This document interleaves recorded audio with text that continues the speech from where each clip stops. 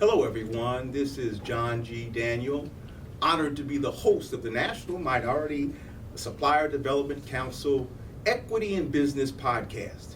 I'm honored to be your host, and I'm more honored to be here with Mr. Don Cravins, Jr., Esquire, who is the Undersecretary of the United States Department of Commerce with a focus on minority business development. Thank you, sir. Thank you, for taking the time out of your crazy schedule.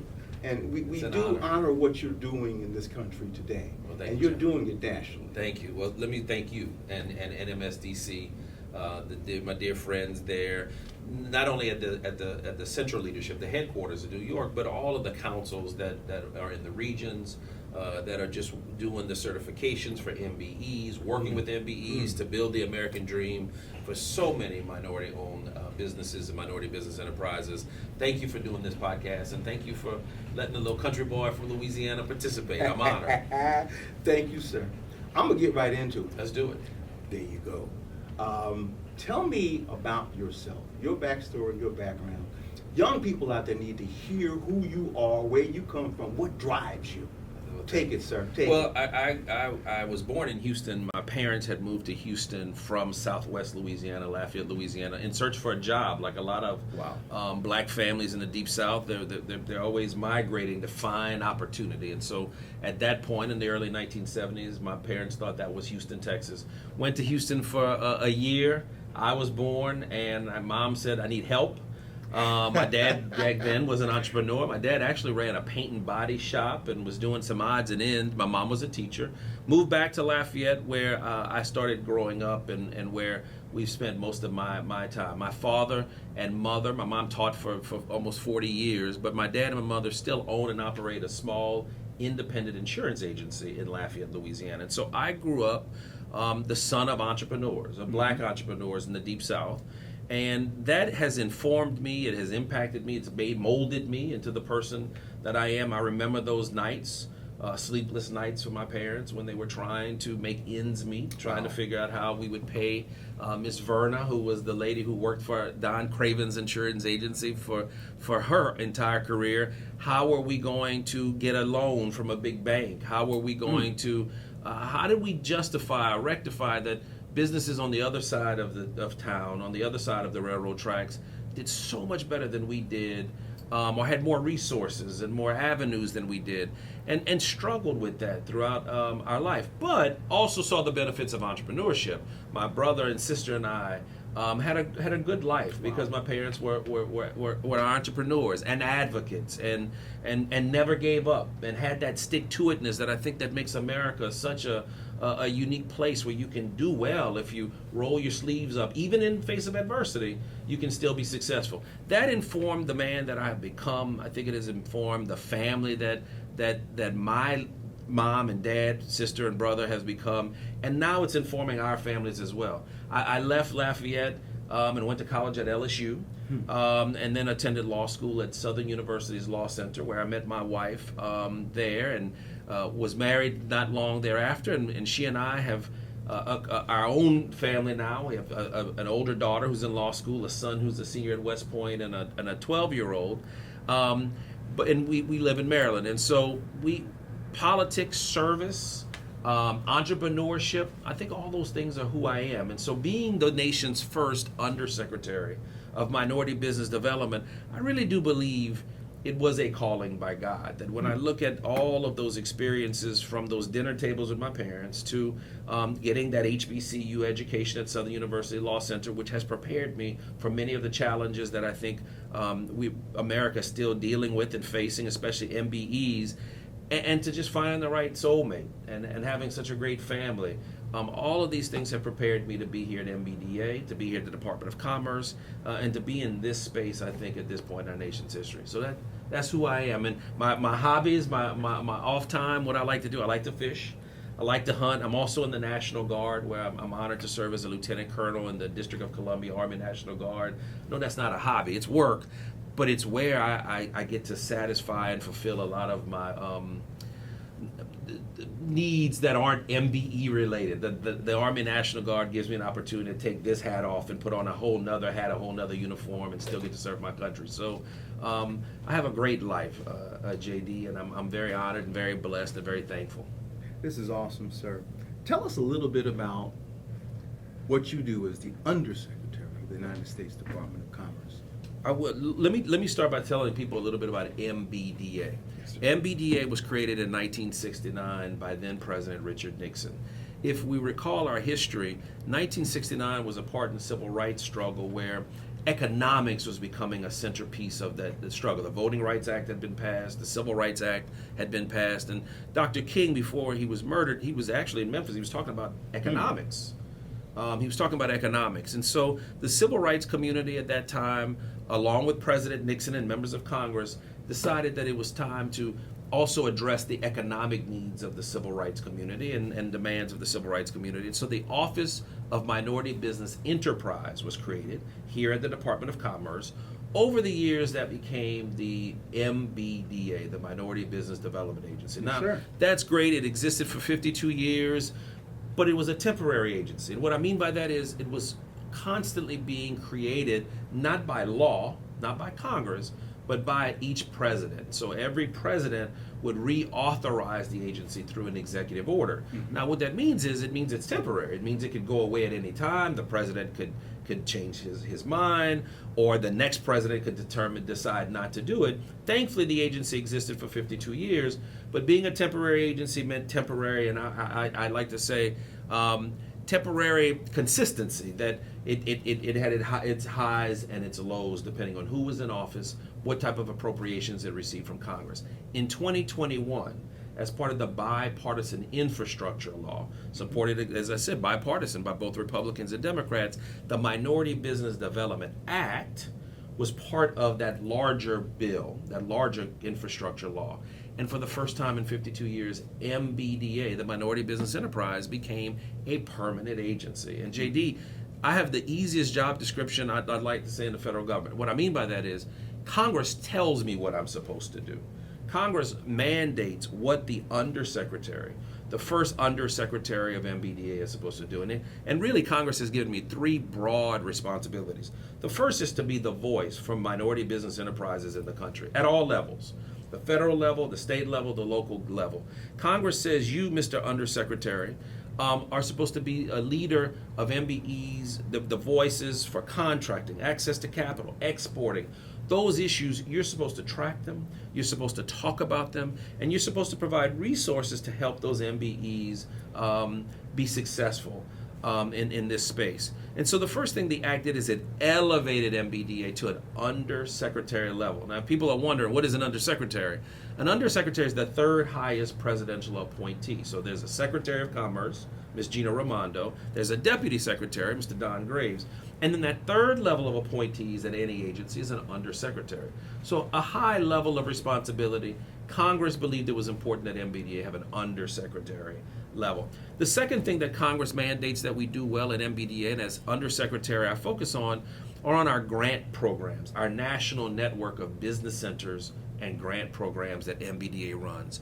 When I took over, we had 88 grant programs. These are traditional business centers located all across America where MBEs, people who have been socially or economically disadvantaged of all makes and model, can walk into our doors and seek entrepreneurial help, business support services, technical assistance. And so we've got programs like that. We've got advanced manufacturing centers. I think you've had Brother Phillips Yes. on the podcast as well at our advanced manufacturing center in Baltimore. We've got export centers. MBEs want to be able to sell and market their goods and services across borders, and so MBDA is a place you can go and get that type of technical assistance to do that. We've got a federal procurement center here in Washington, D.C. for those MBEs who want to do federal contracting, federal procurement. You can walk into these centers, again, if you're socially or economically disadvantaged American, or anyone. We don't close our doors to anyone. It's just what we specialize in are services for socially and economically disadvantaged individuals, and you can get help. Now, when I started, we had 88 centers. I'm proud to say now we have 131, and we'll talk about how we expanded that in another question. But the last thing I'll tell you, JD, is Congress is saying to me, and you've got to track the experiences of MBEs. What do I mean by that? Congress is mandating that MBDA create a clearinghouse for all information related to minority business enterprises in this country. And I take that obligation very serious. It's a daunting task, but it's one that we must do, especially in light of where we are in our nation's history, where some are beginning to question what should socially and economically disadvantaged services look like, and to whom should those services be provided. Congress has said to MBDA, we want you to be the clearinghouse, the information gatherer of all data, demographics, statistics related to the minority business enterprise experience here in America. And so that is going to be, I think, as you see MBDA grow and become even more intentional of an agency, that's where I think we're going to be able to play a huge role for the American, for government, for the American, just the enterprise, business enterprise, is being able to work with NMSDC and others to really catalog, to talk about what is the MBE experience, the minority business enterprise experience in America in 2023, 2024, and beyond. Sir, you've given us a historical perspective and a government one-on-one perspective that America needs to hear, and I appreciate that. I want to just say thank you for that. I think key here is what I've gathered so far is that the MBDA, as related to the United States Department of Commerce, is like a backbone for a collective impact group of minority business, MBEs, people supporting them in order to create more efficaciousness or effectiveness. And for that, we thank you. Well, John, I call that equity. You just gave a wonderful, a great definition of what I just call equity. When you're the first Undersecretary of Minority Business Enterprises, Minority Business Development, people ask me often, what does equity mean? Because they're hearing it thrown out a lot. Both by the administration, you hear the president, day one, he issued an executive order on equity related to all of the infrastructure and the things that are taking place. But you also hear equity under attack in the media and in the courts. And so people often ask me about equity. And what does equity mean? And what you just said, in my opinion, is equity. It's really meeting people where they are. It's understanding that not everybody comes to the dance with the same skills, or to the fight with the same training. Much of which is sometimes because of where they come from, or who they were related to, or their background, or barriers that were put in place to stop them. And so what makes MBDA the backbone, I would say, of the federal government is we are an equity agency, one that is centered on just simply providing tools, boots, straps to help MBEs pull themselves up. The great Whitney Young talked about boots and straps, and that America is a boot and strap nation. We want people to pull themselves up. You often hear that. But many Americans have just not had access to boots, and some don't even know where they can find straps.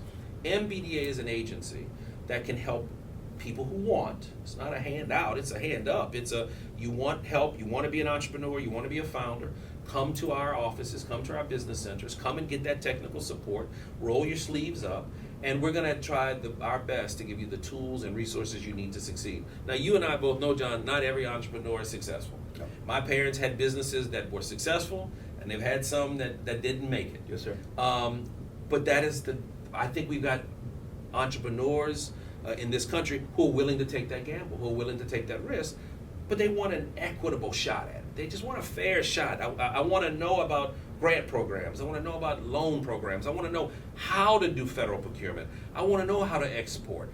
Teach me and then watch me run is what I hear most entrepreneurs say. Just teach me and watch me run. And when they run and they win, America wins. The country wins. That's right. The cities win. The states win. America wins. America is more competitive when all of our entrepreneurs have a fair shot at success. Yes, sir. Yes, sir. Our folks were country people. Mine from Virginia, yours from, Texas and Louisiana. One of the things we always said is we best learn by example. Yes. As we talk about backbone, what MBDA stands for, give us an example using the National Minority Supplier Development Council as to what kind of collaboration goes on to support their efforts and the efforts of MBEs. Well, look, it only makes sense. NMSDC, the National Minority Supplier Development Council, was also created by executive order 2 years after MBDA. So we are a brother-sister organization And so they do much of this work on the private sector side, working with corporations and private institutions, that we're doing on the government side. So it's imperative that we continue to work together in areas of supplier diversity, in contracting, in equity, in right, in what's good for America. And so they have been a consistent partner with MBDA for decades. And I think the work that we do best together, where we collaborate best together, is on awareness of resources that are out there. So just this past year, we worked together. They had their big conference, their exchange, their conference and exchange. We had our National Med Week conference, Minority Enterprise Development Week conference, and we collaborated to do them at the same place, at the same time, so that we could share messages to people on both the private sector side as well on the government side. And so it made for a wonderful joint conference, a collaborative conference experience where people were able to learn about government resources, and MBEs were able to learn as well about private sector resources. And so working with them on the national level has been good, I think, for both of us to do so. It's a way to hold people accountable on both sides of the spectrum, the government side as well as the private sector. The other thing that I'm glad to see is NMSDC has also now decided to be more engaged with the MBDA in the equity space by becoming one of MBDA's grant programs. One of the grant programs, I mentioned to you earlier, we grew from 88 to 131 grant programs in MBDA, business centers. And the reason we were able to do that, John, is because the Department of Treasury gave MBDA a task. This is what happens when you become permanent. People start to look at you. Yes, ma'am. Department of Treasury awarded or granted MBDA $125 million and said, we want you to help get the word out on the state Small Business Credit Initiative. Now I'm going to do some more teaching. I know it's a lot of words, but we need to know this. There's a $10 billion program called the State Small Business Credit Initiative. Don't stop teaching. All right. $10 billion that the Department of Treasury set up that states could apply for. And most states, if not all, applied for that $10 billion. And states were granted pro rata shares of that $10 billion. So, for instance, California received over $1 billion. A state like Louisiana received just over $100 million. But depending on the side of the state, the program is designed to get small businesses access to capital, the number one issue that all small businesses face. But as we know, MBEs have even a harder road when it comes to accessing capital than others. And so that $10 billion is now going to the states so that MBEs and businesses, small businesses, can get access to capital. But the Department of Treasury knew it was important to get the word out, that sometimes the word doesn't always filter. It's hard. Everybody, there's only one John Daniel, so we got to make sure that we get the word out. So they came to the MBDA, turned to the MBDA and said, can you create a program that gets the word out? So we created a program called the Capital Readiness Program. Capital with an A, not state capital, not federal capital, money capital. And the Capital Readiness Program allowed us to stand up 43 additional business centers, incubators for startup businesses, accelerators for businesses that are already moving, to get them ready to access the money, the $10 billion, but also to get them ready to access all of this infrastructure money and resources that are flowing, all of this broadband money, these roads and bridges. And MBEs don't want to just live in robust communities. We want to build robust communities. We don't want to just drive electric vehicles. We want to build and own the charging stations, right? And so the State Small Business Credit Initiative provided that $10 billion. The $125 million is going to create 43 new centers, and NMSDC was an award winner of one of those 43 grants. And so when you take the work that I know they're going to do with the other 42 or so award winners all across America, we're going to serve all the states, the Puerto Rico, as well, the territory. And so this, I think, is going to have a definite positive impact in getting MBEs and others. Now, this program is for socially and economically disadvantaged individuals, right? And so this is open to people who live in rural America. This is open to people who are veterans. This is open to anybody who's been socially or economically disadvantaged. Mm-hmm. They can walk into an MBDA business center or one of these capital readiness centers and, again, talk to our folks about help, resources, knowledge is power, tools that are out there. Because, again, this infrastructure bill, this infrastructure act, the money that is flowing, in order for it to truly transform America, make America stronger, we need everybody to have an equitable shot at participating. The pie gets bigger. Yes. So that America gets better. Yes. I love it. How do you envision working with the National Minority Supply Development Council in the future? What kind of collaboration will go forward? And this is in context that things change. Yes. But you had some strong relationships with the Young Choir. Yes. The whole 9 yards. Yes. Share with me how you envision to work with them in the future. I think it's, we signed an MOU with NMSDC at the 50th anniversary, which was in New Orleans, I believe, at NMSDC's big 50th anniversary. And in that MOU, and our lawyers worked hard to make sure that we made intentional commitments, that we would work together on those things. And I think that conference, the joint conference, was part of that. The way I see us working with NMSDC in the future is, again, sharing of knowledge, sharing of resources, collaborating on things. But John, we also have to work on equity together. Mm-hmm. Equity is under assault in this nation. Yes, you've heard me talk about that before. Equity is under a 3-pronged assault in this nation. First, there's an attack on the constitutional protections that have been sought and fought for generations by Americans. Attacks on affirmative action, attacks on programs that have been set aside for certain people in this country. Those programs are under attack, and I think NMSDC, MBDA is an agency that was set up for people who are socially and economically disadvantaged. The 8A program. Those are things we have to work together on to just tell the truth about the programs. Yes, sir. To tell the truth about the programs. Equity is also under attack in the programs of equity. So DE&I programs in the private sector. As we know, those programs work. Companies that buy goods and services from a diverse set of suppliers are stronger companies. We saw that during the pandemic. People who had a diverse supply chain, those companies were stronger when one of those companies fell because of the pandemic. They had other places they could go. So we know diversity works. We know supplier diversity is good for America, and it makes people a bunch of money in corporate sector. And so NMSDC and our partners and MBDA, we have to work on making sure that people understand that, and that we don't let that get clouded in any way. And then you said something. The third attack, the assault on equity right now, is this notion of the pie. You talked about the pie, and you said it just right. There's a myth, I think, that in order for you to do well, I got to do less well. Or in order for me to give you an opportunity, that means I have to take an opportunity away from somewhere else. And that's just a myth. That's not true. That's what's so great about this infrastructure investment that has been made by Congress and by the administration, is that it's a bigger pie. And so I don't have to take something from you. Let's just create more slices to the pie because we have a bigger pie. Not that we have to divvy up more of the same exact pie.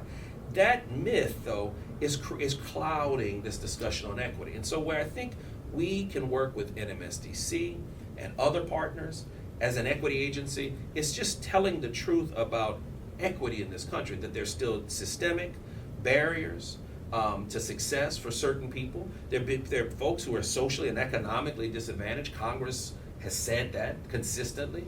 Our presidents have said that consistently by reauthorizing the MBDA. We see that in other programs. And rather than fighting, let's fix things. Let's work together. Let's build success. Let's give people an opportunity. I think that's where we have to work with NMSDC and others right now in this space, is to just remind people why it's important to have a National Minority Supplier Development Council, and still necessary. To remind people why it's important. Congress got it. They codified. They made us permanent in 2021. Why it's important even in 2023 and 2024 to have an MBDA, a Minority Business Development Agency. Absolutely. Sir, as we come to a close, just want to reflect that you are humble, Well, thank you. honest, and hungry for the truth. Yes. As we close out, I want to open it up to anything you want to share with our audience. Well, I want to, first of all, just thank you for allowing me to be part of the podcast. And again, thank all of our friends at NMSDC, Yang McGuire, and all of our regional councils. Many of the regional folks at NMSDC also are run business centers at MBDA. And so I'm so proud of the partnership. Our work does work hand in hand, hand in glove, and I hope we'll continue to do it. The message I'll give to MBEs is this, and I'm going to give them one more thing to do. And I know they're going to say, well, wait a minute. It's hard enough running a business. It's hard enough dealing with some of the barriers and challenges that I've discussed during our talk. But I want MBEs to understand that there's another piece to the work that they do, and they have to just remain ever vigilant, and they have to have their voices be heard. And NMSDC is an organization that allows that to happen. People must network. They must talk. You can't do entrepreneurship alone in a vacuum. Entrepreneurship is evangelistic, is what I always say. You have to spread the word about programs. You have to spread the word about best practices. You have to spread the word about resources. And so I would just ask MBEs, as they continue to work hard, like my parents did and continue to do, and all of you are doing, don't lose faith. Don't lose hope. Spread the good word. Talk, network, join your chambers, join your regional council of NMSDC. Just realize you're not in it alone. And as long as I'm here, as long as MBDA, NMSDC, and others are around, you've got resources, you've got a village, you've got people you can depend on. And so, thank you. Thank you, sir. Thank you. It's a pleasure, sir. Thanks for your leadership, Blessings. John. Have a great holiday. Thank you. Thank you. Happy New Year, brother. Thank you, sir.